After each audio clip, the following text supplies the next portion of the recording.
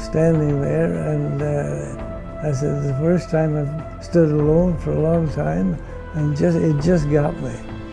And I sat down on the road and cried.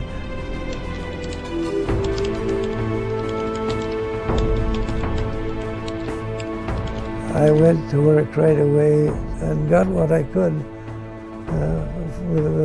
for cigarettes, and I wanted to get as much as I could, because I thought, well, if I could get it home, you know, it would be nice to show people what happened to us.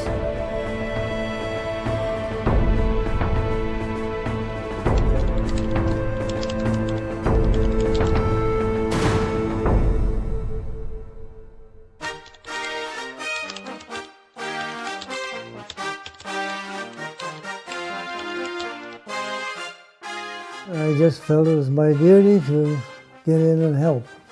It took us 7 days to get to Scotland, and it was a pretty rough ride. And when we got there, they put us on a train, and when we went in London, there was only one track going in, and we were able to see all the bombing of London because we were right in it. And finally, we ended up in an operational training unit. And when they were finished, when they figure you're finished, they'd ship you out to a squadron.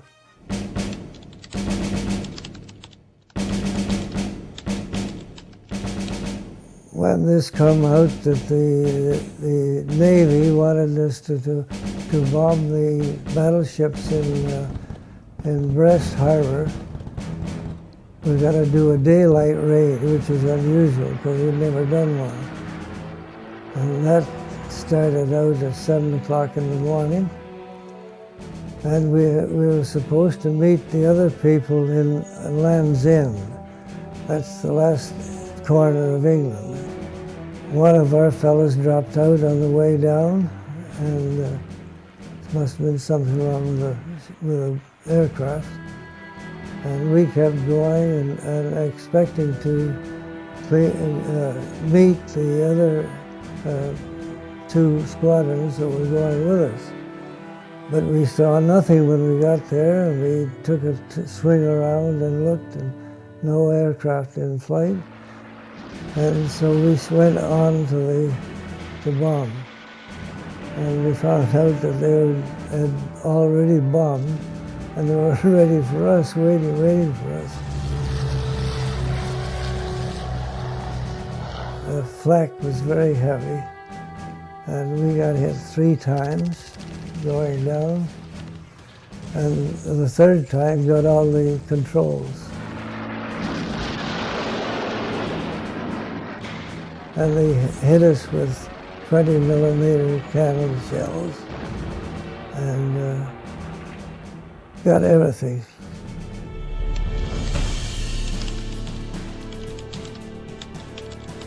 The tail gunner was a good friend of mine. He was only 19 years old, and I wanted to make sure that he was dead before. I thought he was, but I wanted to make sure. But I couldn't get in for the smoke, so I just come out and got on the escape hatch and dropped out, and ended up in the ocean, where I spent the next 6 hours. I have no idea how, when, but they pulled me out somehow, and I woke up the next day. I was lying on a bench with a blanket on me and no clothes on me. And I guess I didn't know where I was at the time.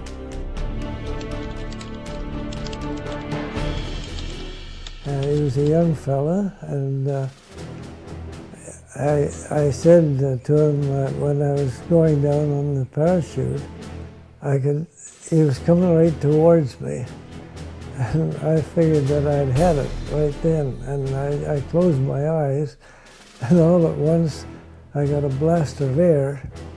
Later, when I was talking to him, Well, I said, I thought you were going to shoot me when you're in the parachute. He said, no. He said, I will never do that.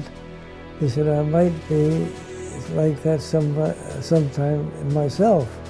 And I said, well, I hope so anyway. And he just laughed at me.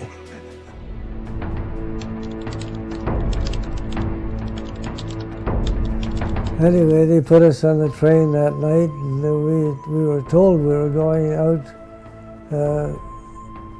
up around the Baltic Sea. But sometime in the night, they switched the trains, and we ended up right near the Alps. And it was cold. We had no heat at all. And we were looking out, scraping the ice off the windows in the train, the box train we were in. And we could see all these buildings, and it looked like we could see people crawling on their hands and knees. And they told me I was crazy. I couldn't see proper. And then a German came along, and he looked out, and then he said, Juden. And he started to laugh. So, Jews, yeah, that's Jews.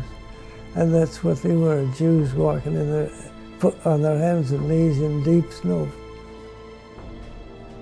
So from there we went on into the 7A, was the name of the place. We got in there, and it was an awful place. The beds were 3 high, 4 on the top, 4 in the middle, 4 on the bottom. We had no heat in the place, and the food was terrible. And in the morning, got a fifth of a loaf of bread, black bread, and the place was lousy with fleas.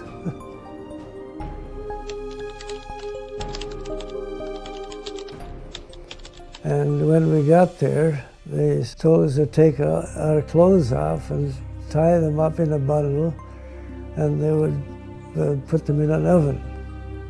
And they had an open fire underneath and a big steel oven. And they'd put all our clothes in there and cook them, which is very good because they killed a lot of fleas in them. And we didn't want any going in this new place. So they gave us 5 minutes to have a shower. We just kept looking up the ceiling, and all we could see was little holes. And I think it went through everybody's mind, what's coming out of there? Is it going to be gas or is it going to be water? And when it turned out water, why, everybody just gave a big sigh of relief. This was a good camp as far as, this is where I got my book. YMCA is the ones that sent it, but the Red Cross sent it in. And I went to work right away getting stuff that I could, because I knew there was a lot of people that had worked for newspapers in the Army, fellows. And so that's why I took the book around and got what I could for cigarettes.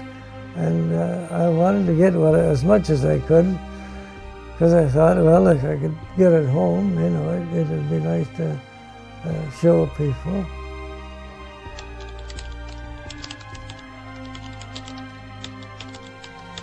Well, every prison camp we're in was different. The first one was terrible.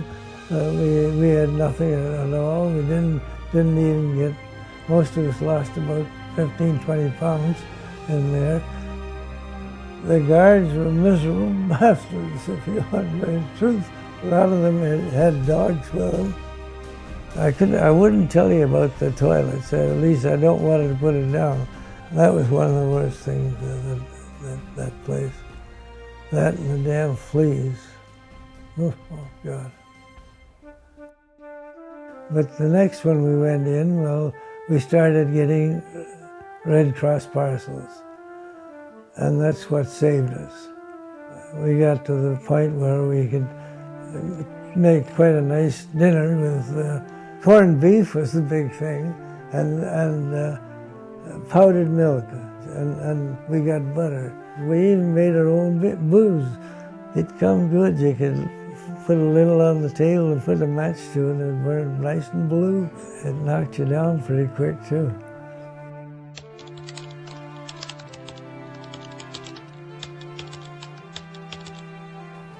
There was even bands, people that had got music from the Red Cross. So occasionally they would put on little dues for it. But we had 2 radios going in that. The Army fellows had taken them apart, and different ones carried pieces out. And one was in a cutout book, and they put them together, and we got news, especially in D-Day. We got that before the Germans did. We got it at 6 o'clock in the morning, and or before that, and one fellow went around, running around, and hollering, "It's on, it's on, it's on." Everybody knew what he meant.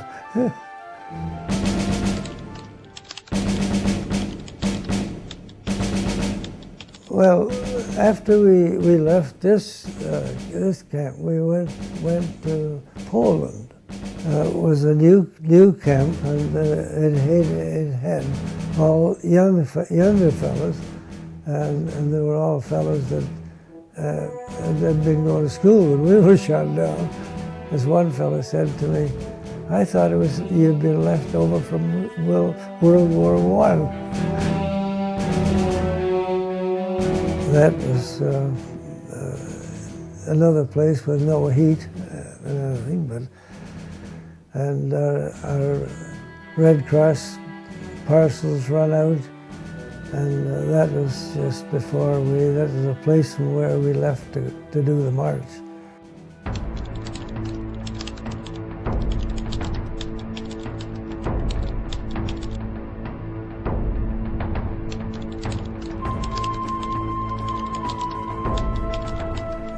This walk it was pretty damn cold because we had no heavy overcoat or anything. I had on just about what I put on if I was going downtown. That was it. I had no gloves, but I had bought 3 pairs of socks with cigarettes, and I had one pair on my feet and one pair I had for gloves, and the other pair was hanging inside my belt to keep dry. And every night they'd stop at a farm if they could, and there was a big rush then if you were maybe into a hay loft or a straw or something like that, but if you weren't, you had to sleep outside, and then sit down and hope to God you wake up in the morning. We didn't get much to eat, and I think one day we got a spoonful of sugar. Another day we got a spoonful of oats, and that's all we got. Oh, one day they gave us a spoonful of coffee grains.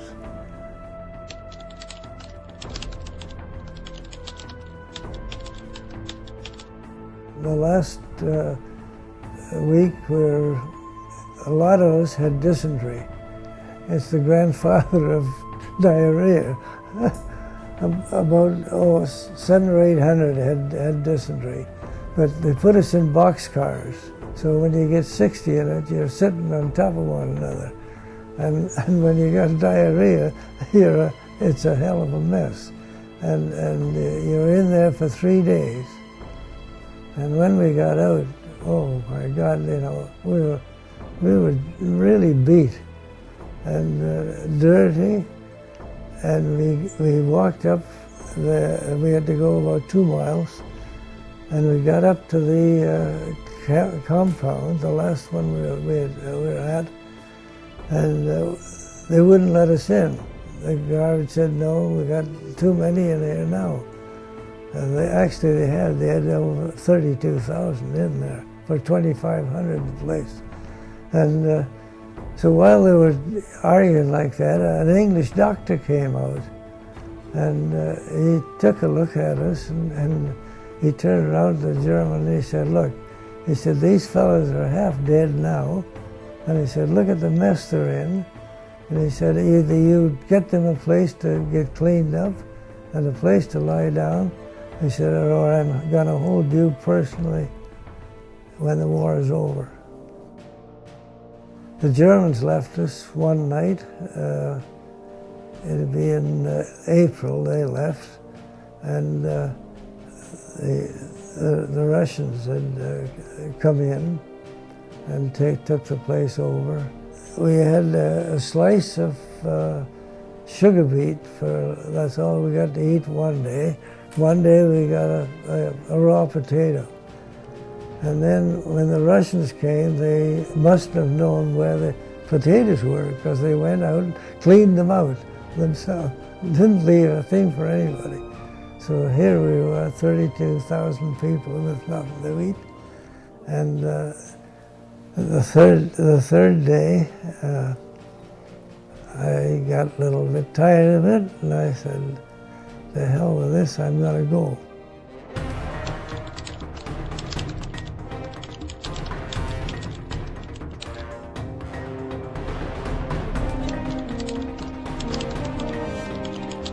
I was just going to get down and rest a bit, and I got a tap on the shoulder, and there was a young fellow behind me well, he was only 21 years old, I guess. He was shot down after D-Day. And he said, are you really going? I said, yeah. He said, well, would you take me along with you? I said, do you want to go? He said, yes. I said, okay, meet me at 10 o'clock tonight. I had the place picked out a few days before, because another fellow that I knew went and cut the barbed wire, part of the barbed wire, and he put it back again after he got out so nobody could tell it. So I knew where to go, so I got out, and we got on our back and edged under the wire. So I said, well, we've got to go in the fields. We can't go on the road because the Russians have got a roadblock, and they're all drunk, and they're throwing all kinds of ammunition around. We kept walking, and finally I said, well, let's get on the road now. And we got out on the road, and we rested a few minutes, and then took off, and we walked till dawn.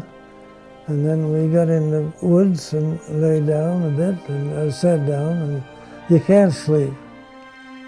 But we sat down, and then in the morning we took off again. And finally we got down the third day. We knew that we were getting pretty close. And then we heard something coming down the road. Well, the first thing is, what is it? Is it an American? Is it a German? Is it a Russian? So we got in the bushes again and stayed there, and we could hear it coming. And then we said, well, we know it isn't a tank coming anyway. And as it got closer and closer, just coming down a little bit of a rise, and I saw on the hood the big white star. And I said, he's an American.